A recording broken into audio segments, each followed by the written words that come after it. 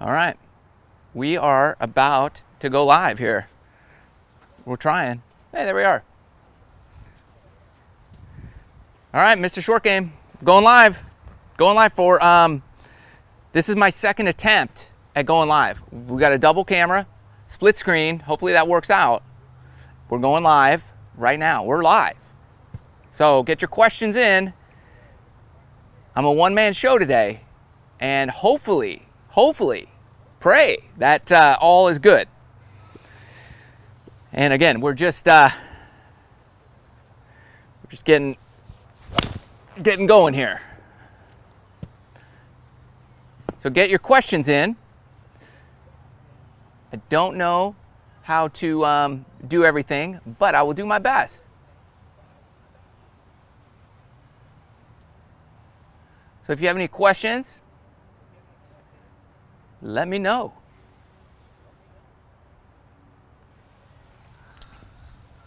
But I might not, it's possible I might not see them, because I have my computer here, I'm watching that, and we're just we're testing out, seeing how good this stuff works.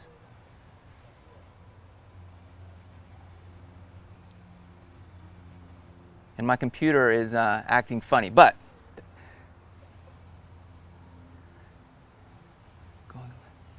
what do you think of the idea going left that you hear about Hogan? What do I think about the idea of going left I think he means swinging left or not going left. Well, I'll talk about Hogan here for a minute. I really love Hogan, his style, and it's, in my opinion, super relevant today because just when guys are that good, you can't, it will always apply, even today. And he really turned that body to the left and opened up when he was hitting, right in here. And you could see in old photos of Hogan, his butt is pointed that way when he's hitting. And so he's really rotating through. That's what I see. And so I really love what he's doing. Now, he certainly had longer arms for his size, and his right elbow was tucked in here, bent as he hit. So sometimes when I'm thinking about Hogan, I'll just practice here and then just do something like that, just to get the feeling I'm looking for. Because he really wants to be in here like this. But Hogan and I, we're about the same size, so I kind of like what he's doing. That's why I really like what he's got going on. What else you got?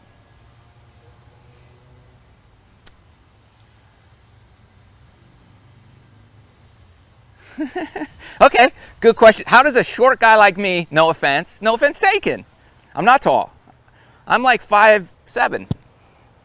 Every guy who's 5'6" says he's 5'7" or 5'8".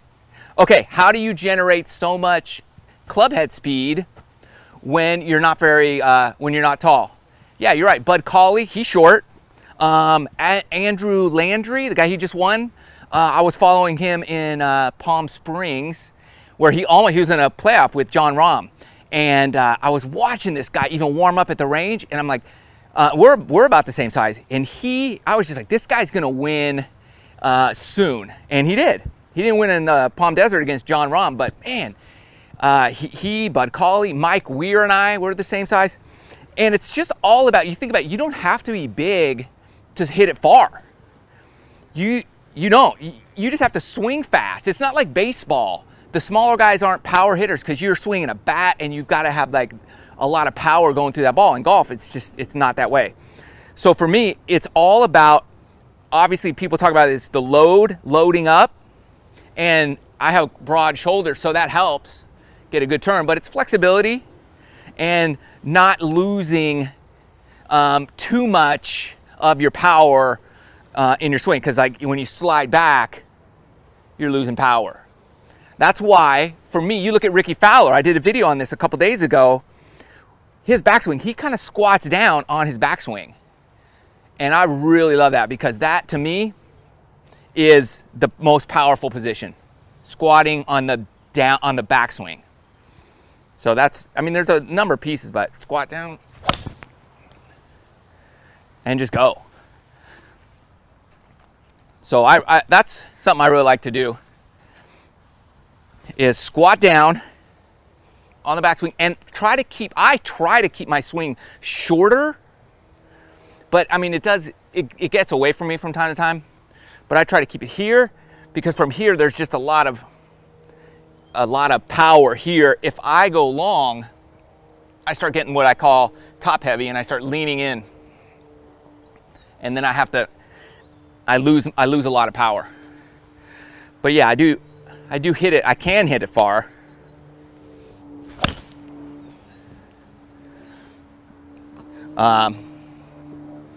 And I've always, when I first started, I swung as hard as I could. So I recommend that. Yeah, Sam Snead, he was known for squatting on the downswing too. He had a much more kind of this fluid swing, but yeah, a lot of guys squat on their backswing. And a lot of the smaller dudes do that a lot. And I think it's, when you squat, if you can come down, just even as a drill, I mean, practice that. I used to be here and try to squat on my downswing. And a lot of people teach that. You see Tiger, I mean, he's up there and then he's just, some guys can do that, and I can't, because when I do it, I lean in like this. And that's just a bad habit of mine. Well, I guess we all have those. So now I really try to squat on my backswing.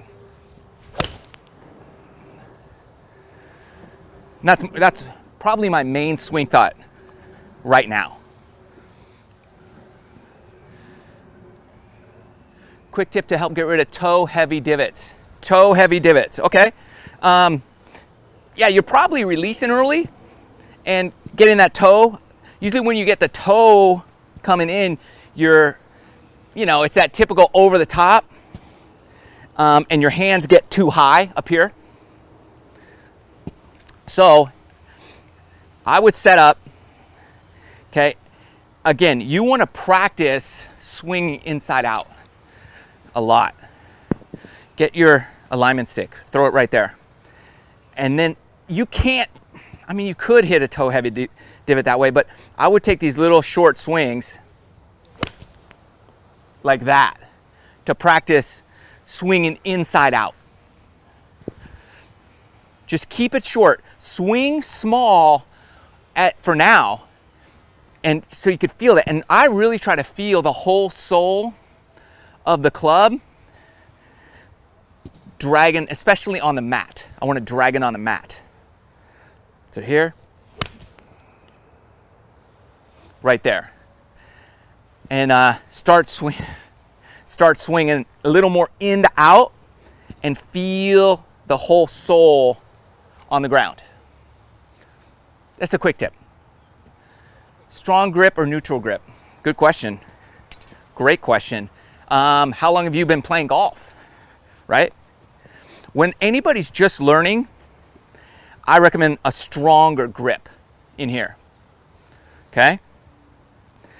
As you get better, and kids too, juniors, when I was teaching my kids at the beginning, they always had a strong grip.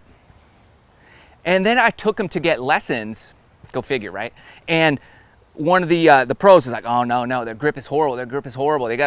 They'll never be any good. And it was really frustrating because their hands just aren't big enough. And you can't generate as much speed with a weaker grip as you can with the strong grip. So when you're just starting, strong, but you've got to figure out really what's most comfortable for you. A lot of times what I do today, I will come in here and I will hit, I have this grip. When my hands get too low, it looks a lot stronger. When I lift it up, it looks a lot more normal. But I'll do days where I do grip drills. Okay, I'll hit a shot, my normal grip here, and then I'll switch up my grip. I know, it's weird. Why would you do that? And then I'll do an interlock. Why would I change my grip all the time? Well, sometimes I can't feel my club back here, but when you switch your grip, all of a sudden, man, you feel every little nook and cranny all over the place. So now I have an interlock. I mean, it feels like I'm golfing left-handed right now. But I'll do that. But man, I can really feel that swing back there. And then I'll go to a super strong grip. And I'll see what that feels like. And I hit a low duck hook. But again, I want to feel that. And then I'll come back and do as weak as I can. Right here, which is way over there. And I would practice this. When I hook the ball a lot, I go to the weakest grip in the world. Right here, because you can't, it's like impossible to hook the ball. And then this is where I'm really trying to just feel my hands roll over. Because if I don't, I can't hit it. Oh. So I would work on, if you're worried about grip, is try them all and practice them and see what's going on.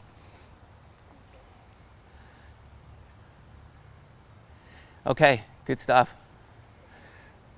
I'm trying to open these questions out so I can see your, great. I'm slicing more. Any thoughts on what that might be? Okay, since working on that finish you recommended, Jay sent me a swing. Okay, that's normal. Anytime you start doing a change, you're going to have a period where you're not hitting it as good. And I think that was Jay who asked about that. He sent in a swing. He had if he moved, his ball position was way forward. So if you move that back, you're going to have a disconnect between your release. Your new release point is different now. So you're going to have a different shot shape for a while until you can get your eye-hand coordination synced up again. You know, if I all of a sudden move my position of my, what am I hitting? A 5-iron up there, and I'm hitting shots, and different things are going to happen than would happen if it were in the middle. So that's one of it. And yeah, changing your finish. I'm trying to get everybody here, up on that toe as best you can, straight up and down. It's going to affect, you know, your shot's going to look different than if your finish was here for a while. So just anticipate that, because you're going to have a different release with your hands now, and it's going to take time to just figure out. So, but part of the problem also could be is as you're trying to get to your finish, you could be moving forward a little bit, and then you're hitting with a little bit open club face. So that could be a problem too, is trying to get to this finish.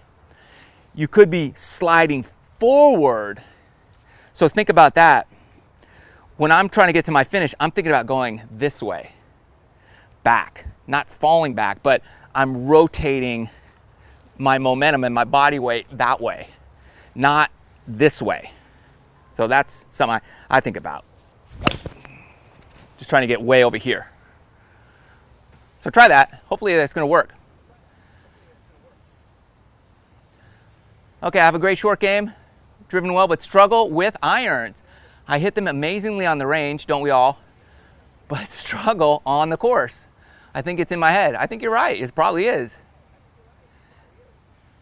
Okay, so why would you hit good shots and then all of a sudden not hit good shots on the course? It happens all the time. So this is why I love practicing here in my yard.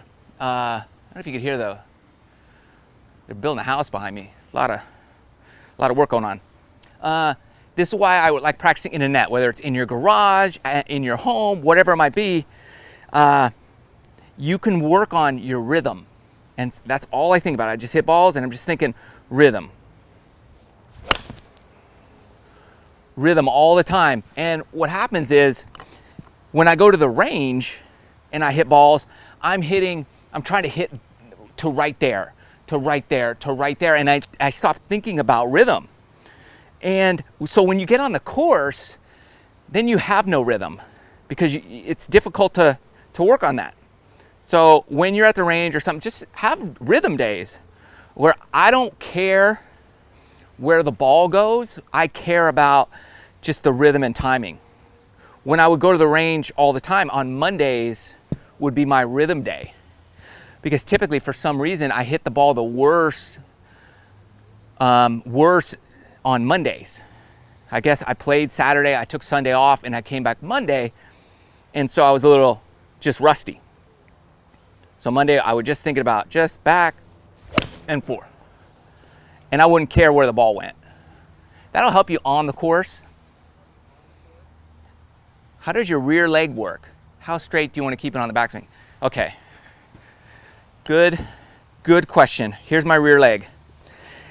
I don't want to straighten it, although many times I do, okay? So, like I said earlier, when I squat down on my backswing, I like to keep a knee bend here all the time.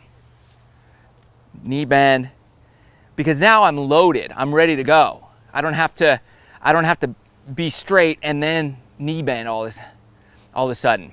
So, you watch a lot of guys on tour. Rory's a great one. He takes it back. He has a little knee bend, and then it still bends on the downswing a lot. But if you straighten it, it's hard. There's like a lock. Your knee kind of locks. If it locks up, and then you need to bend it, it's going to be difficult. You're going to put there's going to be like a big jarring motion going on. So you don't want that. So I would keep your back leg a little bent. And if you want to do this, just stand on the side of your club here and keep your knee bent. And this is the feeling you want when you practice. The only tough thing about that drill is a lot of times when I work with students or somebody, when they do this drill, they do that. And they stay there. I don't know. So I don't think I've done a video about that. Maybe I have.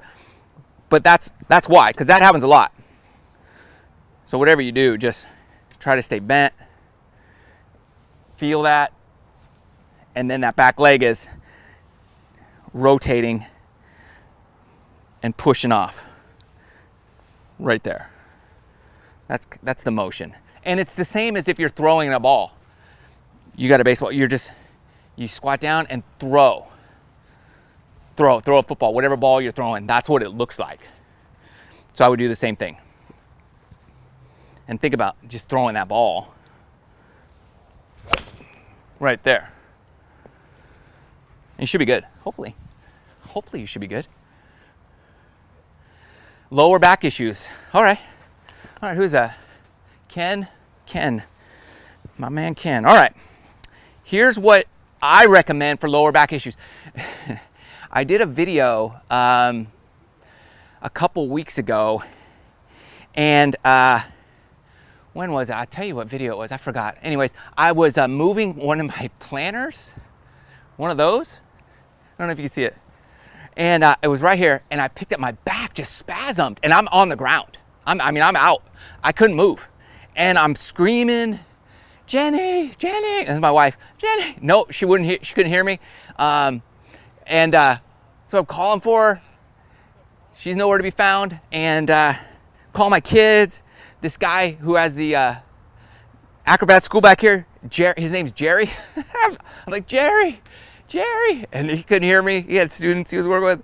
So 15 minutes later, I crawled in the house. And it was the first time it's really ever happened like that. But going back to back, what do you do for if you have back problems? So if you bending over, your traditional setup is like this, right? Where you arch this back up, okay? And you're like this. That's kind of like, typical, like, great setup. That's going to put a lot of pressure on your back the more you bend over. And if you're heavier set, or ladies with larger breasts. I mean, you're gonna have, like, if you start bending over, that puts a lot of weight down on this lower back. So I would stand up a little taller and lean back, and then just tuck your butt in. Tuck your butt in right there. Look at look at old Hogan photo. I mean, not when he was old, but you know, photos of Hogan. A lot of guys were like this. Look at some of Jack Nicklaus's. He's kind of a little more hunched, a little more hunchback, like this. That's what I would do, and tucked his butt in. And now I'm just redistributing all of that weight to the rest of my body. And so if you're larger, you just have a lot more weight on your frame or on your lower back here. So that's what I recommend right in here. And you can create a lot of good club head speed and play really well. And that's how they used to teach. You know, there's a reason that guy on the Ping logo, I think, and the Pinehurst, you see it on Pine, there's a reason he's like this. Because that's how people used to stand. Bam. You could do it. How do you deal with vision issues?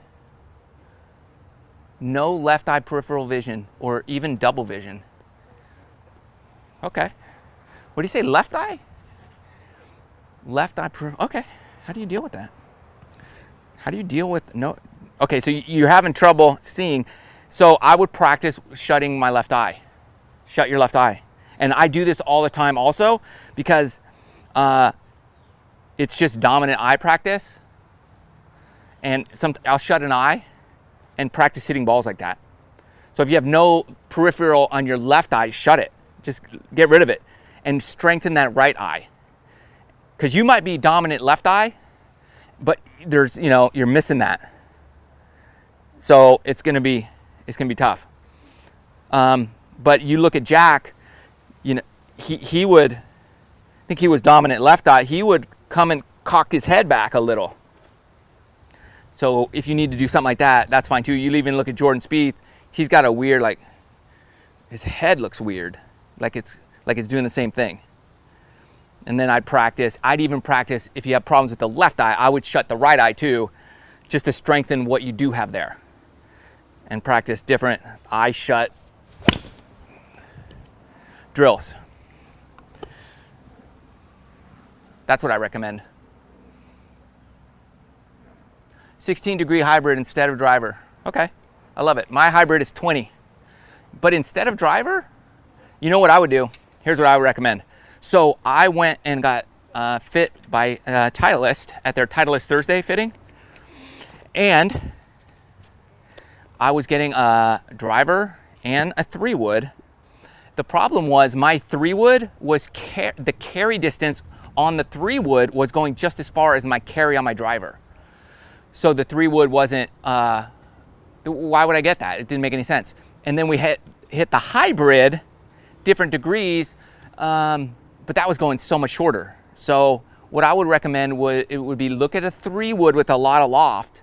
Mine has a 16.5. So we went back to the 3-wood and added a lot of loft. So it's 16.5. Whereas my old 3-wood was 14 and a half. And it was, like I said, it was carrying as far as my driver. So there was no benefit. So we went to the 16.5 to get more height and a good spacing between this and my hybrid. But if you hit the hybrid, I don't know how far you hit it, but if you hit it far enough, well, I think you said 16 degree, which would go farther than my 20. I mean, if you hit it straight and you're getting the distance out of it instead of a driver, then I can't argue with that. But my hybrid goes, it depends what you're looking for. My hybrid goes about 230, and then my 3 now goes about 260 in the air, and then my driver is about 290. What is your average swing speed? Yeah. I swing it about, I haven't looked recently, but I'm about 105 to 105 to 110. 110 is kind of the high end for me. You're like, I know, that's not very high. Might be a little faster now, but it's about 110. I try not to look at my swing speed too much because it just gets in my head. Because I play with a guy who he's about my size. He might be a little shorter than me, and he's a little heavier than me. He drives at maybe 240, 250, and he is one of the best amateur players in the country. And he absolutely destroys me every single time we're playing an event together. And he can chip and putt, but he hits a fairway every time. I hit my hybrid as far as his drive, and he destroys me every time. So swing speed, look, we're not going to be playing Shinnecock from the tips, so I don't necessarily think we need to worry too much about it. Never had a non-YouTube lesson. Good. Start at the Golf Academy in America in August. Would recommend seeing someone now, or wait until after I move and work with same person. Don't know what that means. Start at the Golf Academy. Okay. Anyways, so currently, what's in my bag? I think what's on there. Okay. I play with the Titleist 917F, 16.5 degree. That guy. This is an old Ping I-15, 20 degree, with the whatever, Acra shaft, whatever it is. My driver is the Titleist 917D2, 9.5 degree loft, with the Diamana. It's a light shaft. It's a 60 stiff flex shaft, half-inch cut down a half. My irons are the Titleist AP2s, 714 model, with the True Temper XP95 shafts, half-inch cut down as well. All my wedges are Vokey SM5. Hopefully we'll step up to the SM6 here soon.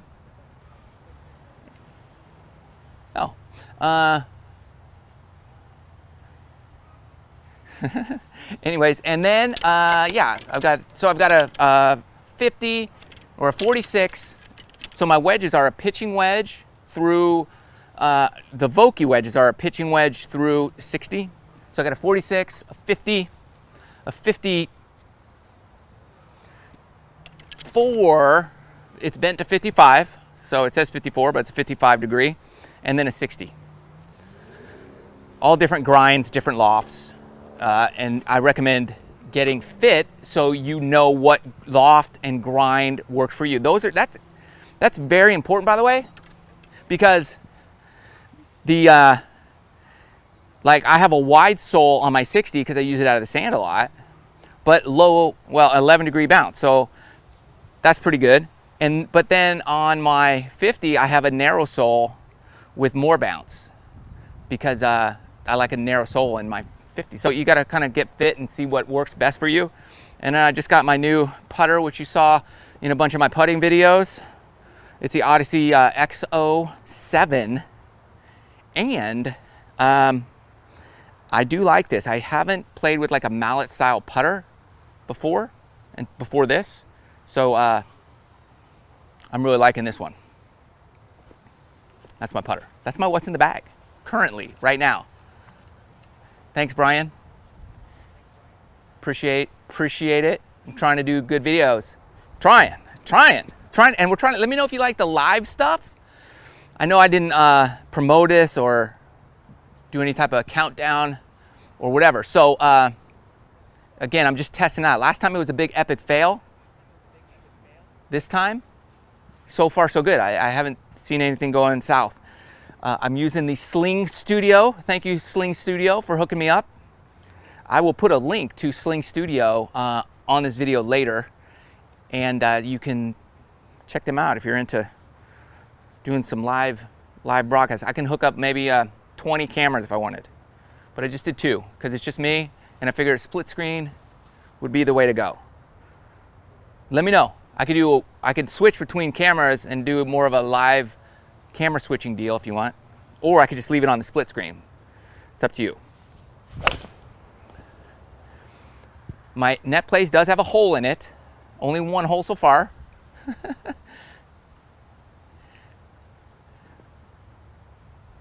Oh, why was it a fail my first live stream? I'll tell you, well, one, so I need an iPad to run this.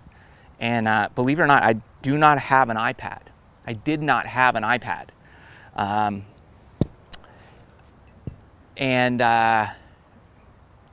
don't know why. Anyways, I didn't.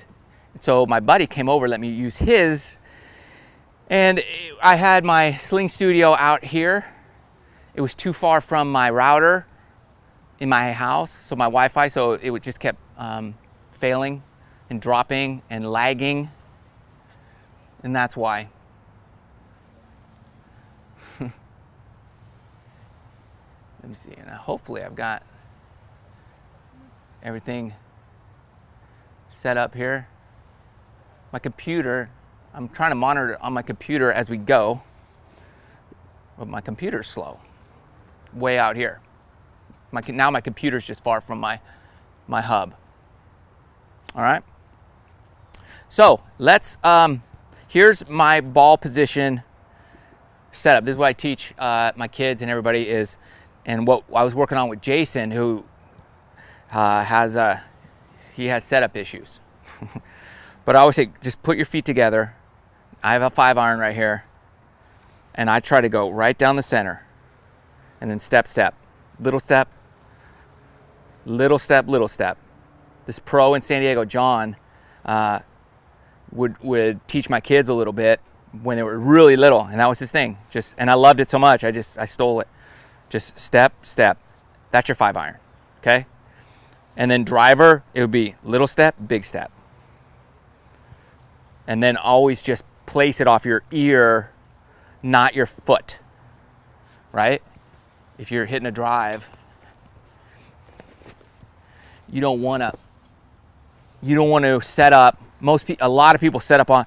You hear this, off your left heel. Well, if I have a super wide stance, that's my left heel. That can't be right. So, again, I set up driver right in the middle, little step, big step, and then I'm good. And it's just right off my left ear, right there. And you're good to go.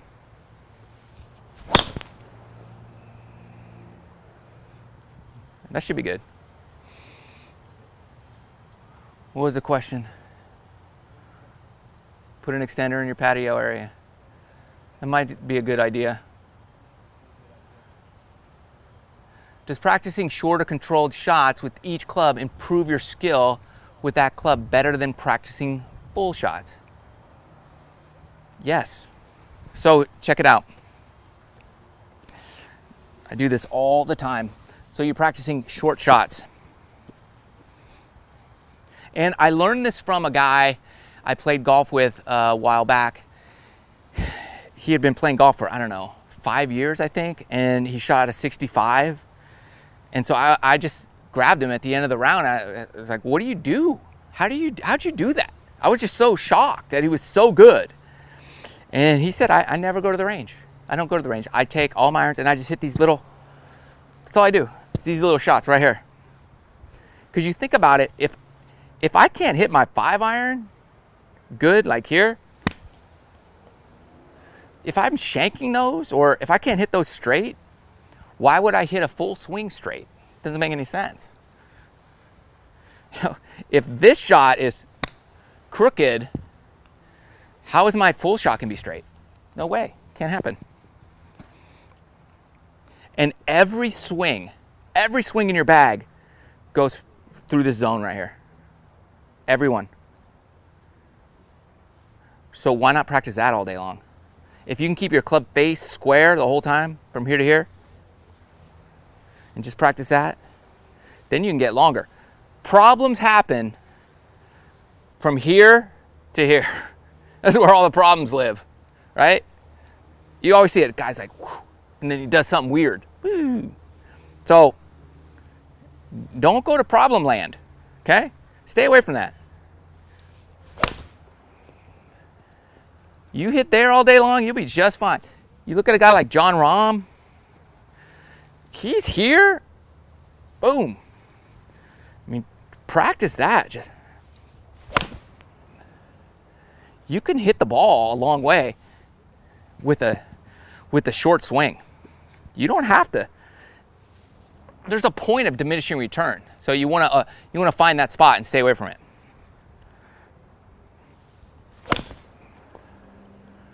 Sometimes when it's probably happened to a lot of us, when you're out there playing and it's windy, or you just want to hit a low punch shot and you choke down a little, and you're just like, okay, I'm just gonna hit this nice punch 5-iron,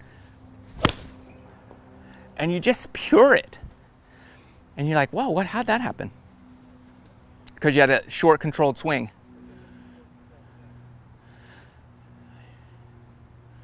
Oh, cupped wrist at the top of the backswing. Man, I had done that for years. Okay, so it could be a grip issue.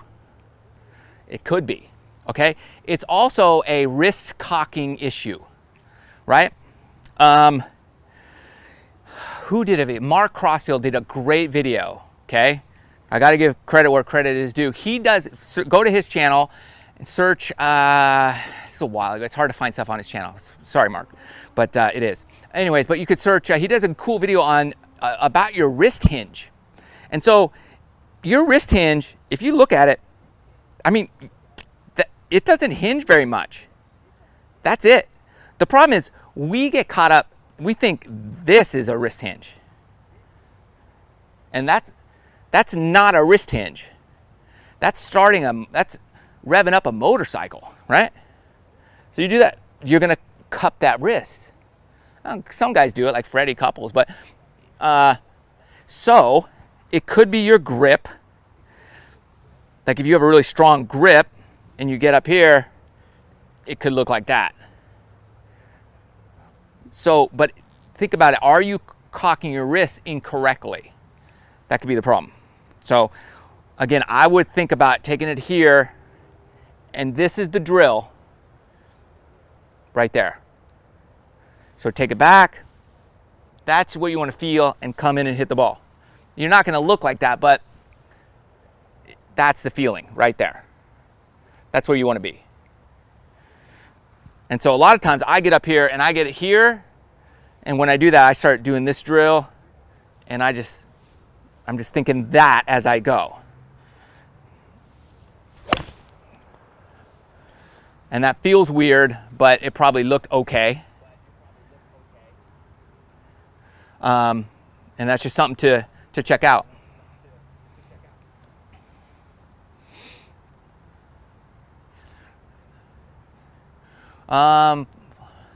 Okay, if you have limited practice time, this is a good question. What do I recommend? Flop shot, practice or bump and run, wedge, or multiple clubs? Limited practice time. We all have limited practice time. Here's what I would do. I would not recommend the flop shot for practice with limited time. What I do when I have limited time, let's say I have, I don't know what that is. Let's say I have 30 minutes to go and I'm at the range. What I would do is I would play a round of golf in my head.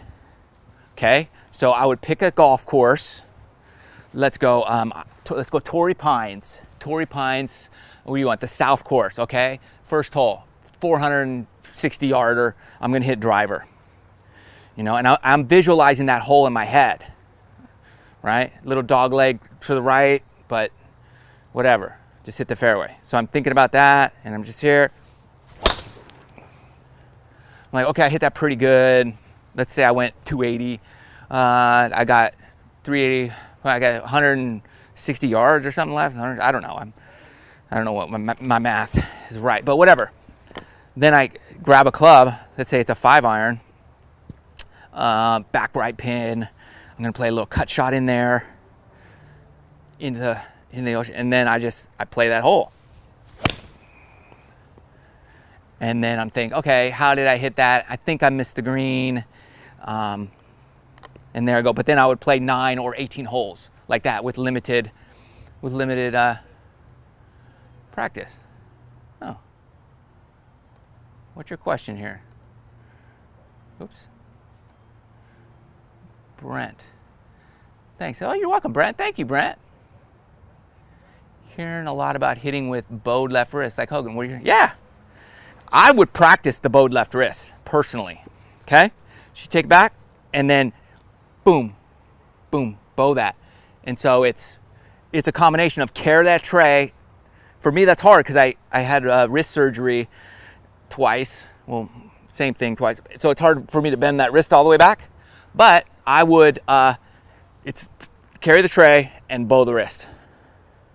And I would practice that. And sometimes I get up there and I think Dustin Johnson, and I'm just trying to bow that as hard as I can.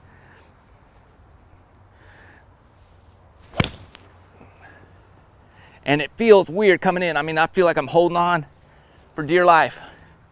And it's good. It's good rotation practice. But I would practice that. I think it's really good, especially a lot of it I would do with my wedges.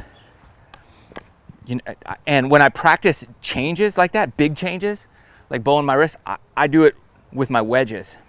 And I practice my short game. Try bowing that the whole way. Because I find when I'm working on that, I'll work on it wedges first, bow, and then move to the longer clubs. And let's say I got my hybrid out and bow it if I can. Oh, you'll hit some weird shots, but yeah, give it a go. Bow that wrist as much as you can. Are we on? And then I think, make sure you're on live chat and not top chat. All right, what do you got, Brian? I'm still trying to figure out how to use everything. Tiger uses technique with his wedges. Yeah. Yeah, exactly. When you want to flight that ball down, bow that wrist.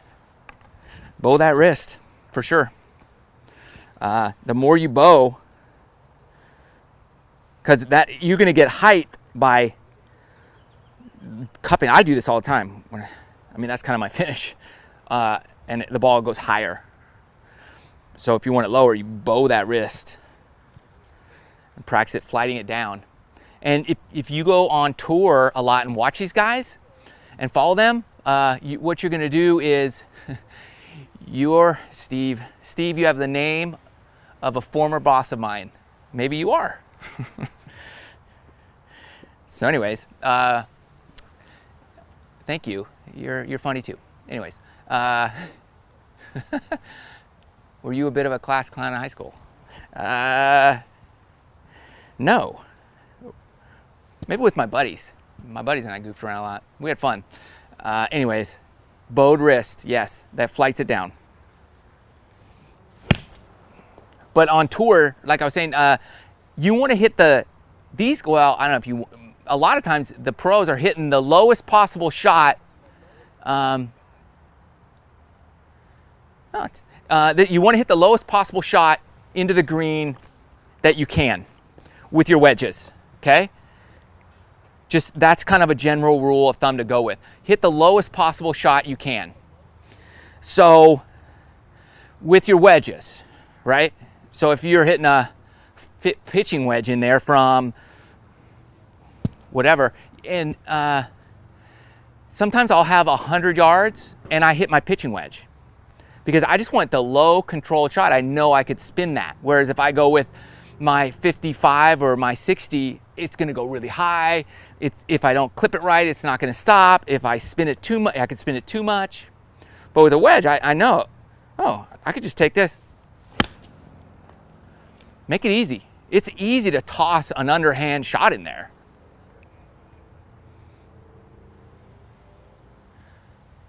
Okay, what is your routine to avoid chunking 50, 60-yard wedge shots? Okay, 50, 60 yarders. I practice these in my yard around here all the time. And I shot a video today where I was doing that, like just 15 yarders. But how do you not chunk them? Again, I want to come in as shallow as possible, not steep. So this would be steep. I want to come in shallow and take short swings. So feet together, and I rotate. You know, this is, for me, the rotation helps because you could take a long swing and you could decelerate, but if you have rotation, then it's going to help you not hit behind the ball and chunk it. I also use a lot of the bounce. Like, I will drop my hands back here because it's engaging that bounce, right? If my hands come back, I get more bounce. This is my bounce right here, right? And so if the bounce hits the ground first, I don't care. It's going to go over my net, but I can hit behind the ball and you'll be okay. But if that leading edge is digging in, then you're going to dig up turf and chunk it. So 2 things. Practice is short, and whatever you do, don't rush it. Don't rush it. Let the club swing down. Just let the weight of the club start your swing. So you're here, let the club start coming down first. It's ready. Boom. Right? So many times that people are yanking it with their hands. You don't want to do that because it's just, again, you don't really do that here on a full swing. Your body's moving, things are moving. And even if you pull it down, you have time to recover. But in this short swing, you know, if you pull your hands down, you're going to chunk it way too much.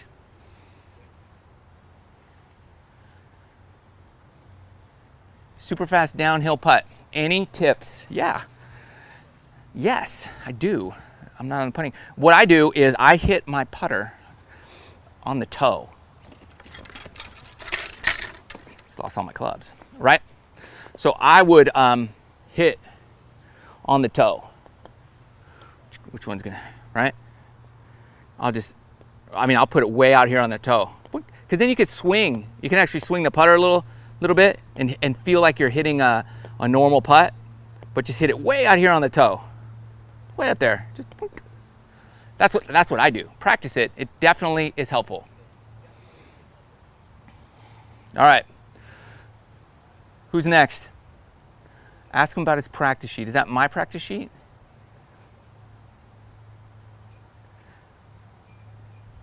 This is for an awesome practice sheet and your practice design.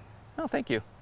You're the best, TK. Appreciate it. Hope you get a lot out of the practice schedule. I'm going to come out with more. I have more. I will give away more, for sure.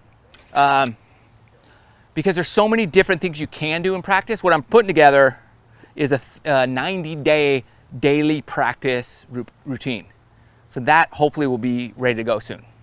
And then you know, kind of like a P90X, what to do every day for like 3 months. And that's the goal, because 1 week is good, but you want to keep it interesting. That will get boring after a month or 2 months, 3 months. It could get boring just doing those same things. But again, routine is definitely helpful. And you just, in this game, you've just got to do that kind of stuff consistently to really be good.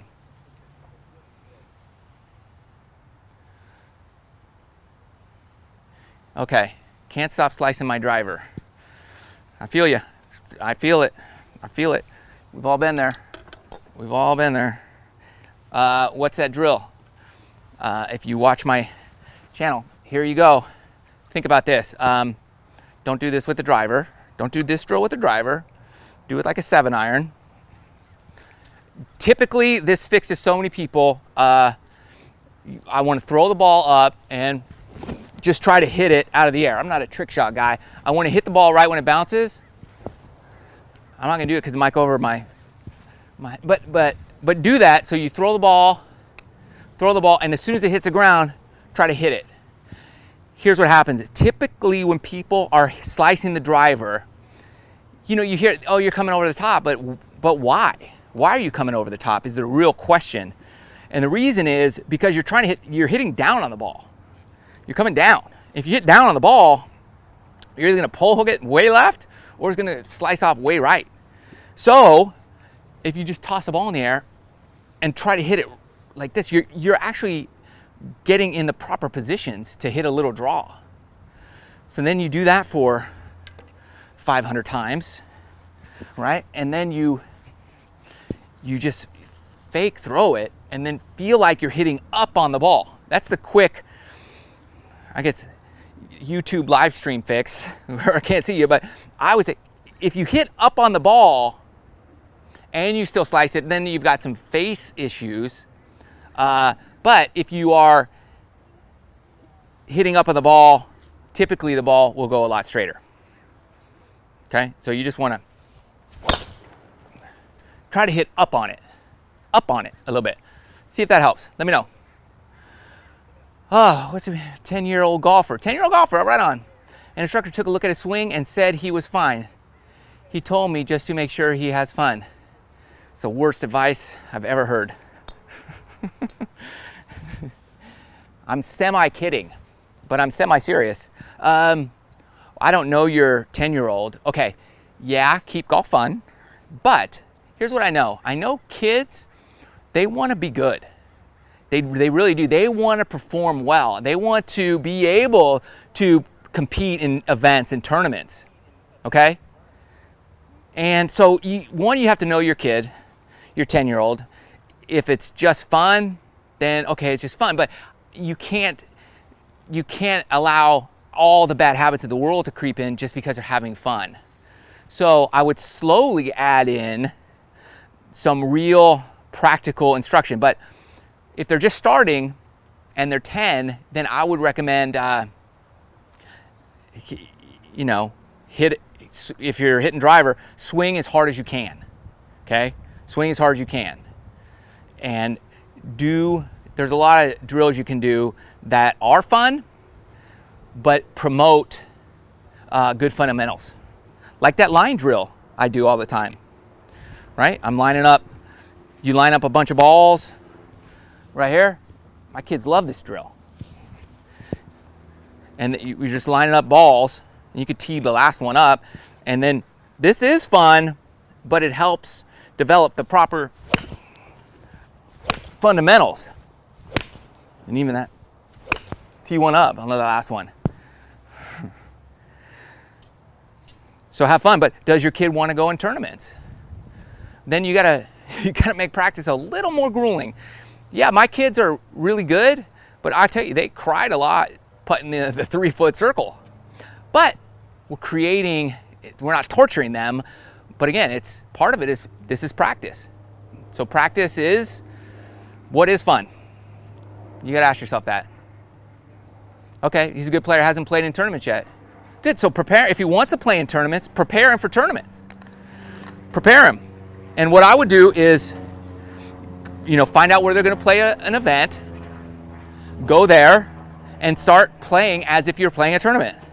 Here's how you mark your ball. Here are some of the rules. Here's what's gonna happen in the tournament. I would announce his name when he steps on that first tee. Now on the first tee, from wherever you're from. So-and-so, Jin, you're on that first tee. And just shout out. Go for it. You'd be like, ah. Okay, speaking of that, somebody was asking about first tee jitters. So that's where my pre-shot routine is very important. And I do this at the range. If I'm just hitting balls, this is what I do every time. Step, step, wiggle, wiggle, go. Okay? that's technically my pre-shot routine. Then I get another ball, and I set it up, take my stance,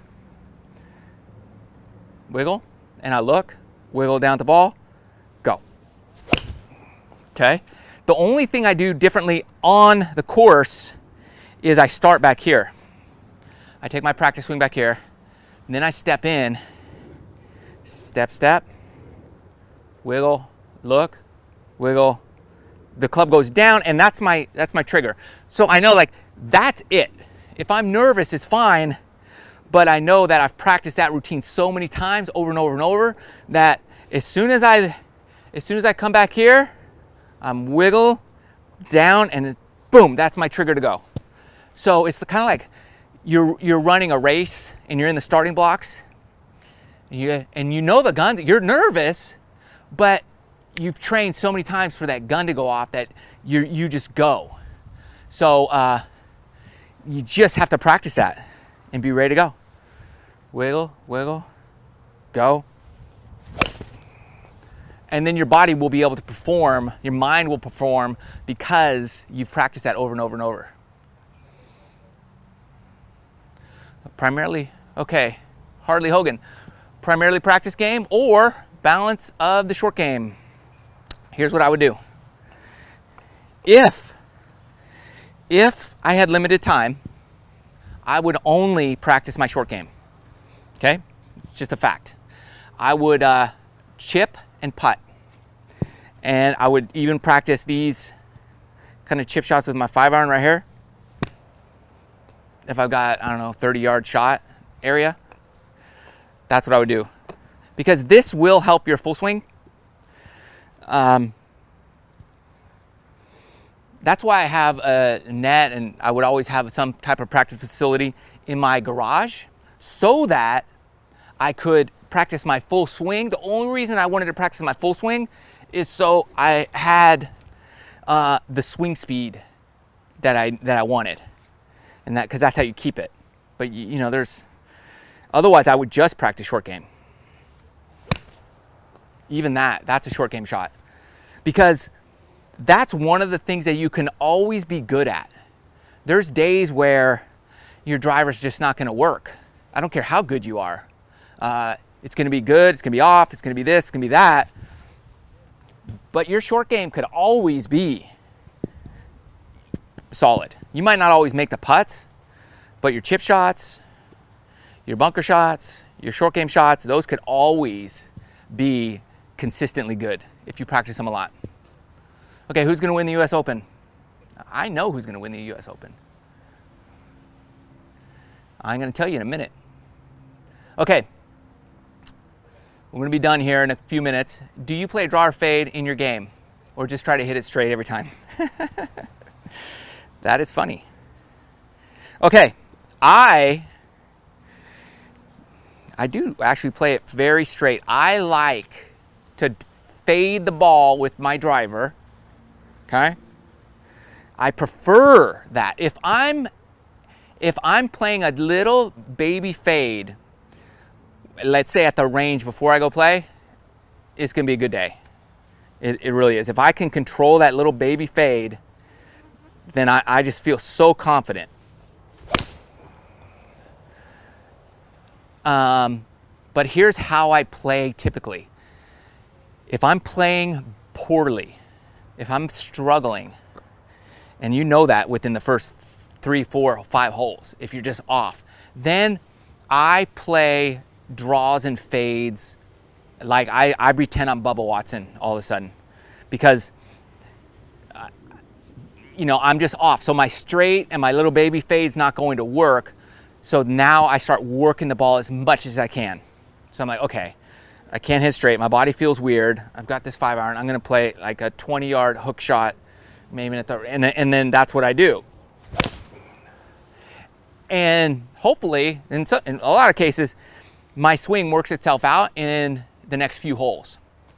And then I could go back, and then I'll have a shot where I say, okay, I'm going to play a baby fade. And when I do this, I mean, I do it different all the time. Sometimes I usually just aim straight.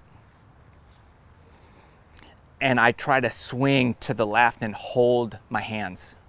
I don't do the typical aim left, open the face. I set up square, and I just try to pull the ball left a little bit. That was no good, but so that's what I try to do. And usually I put my, let's say I put an alignment stick out here.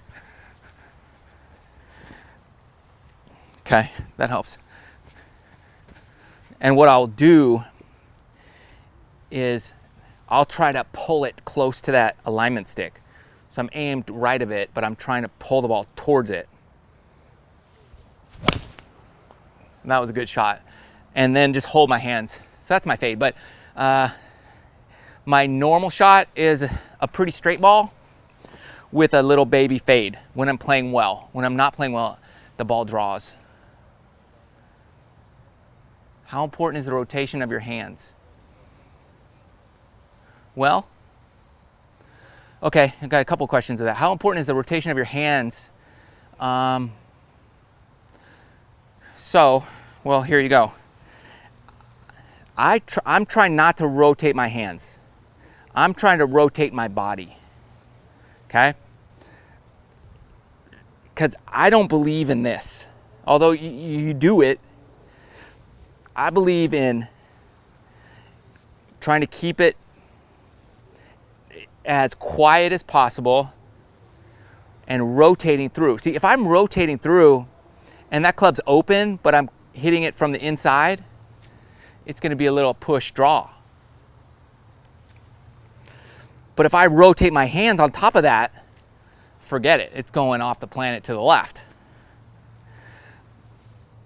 I mean, back in the olden days, people used to say, pull your hands in here, and then you would turn your hands like this.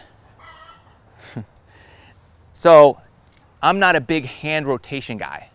I'm more of a body rotation.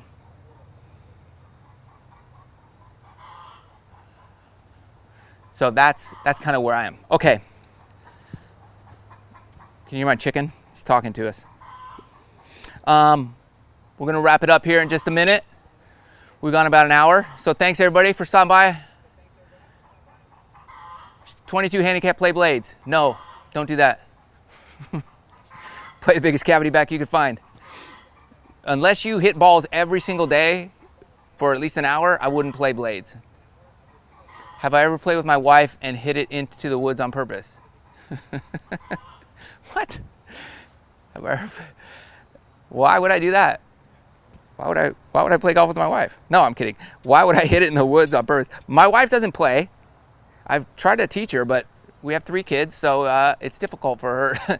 And when my 3 kids are out there, it's like chasing cats. Look at Australia in the house. Okay, yeah, 22 handicap, I wouldn't play blades. I have blades. They're right here. Hold on. Here's my blades.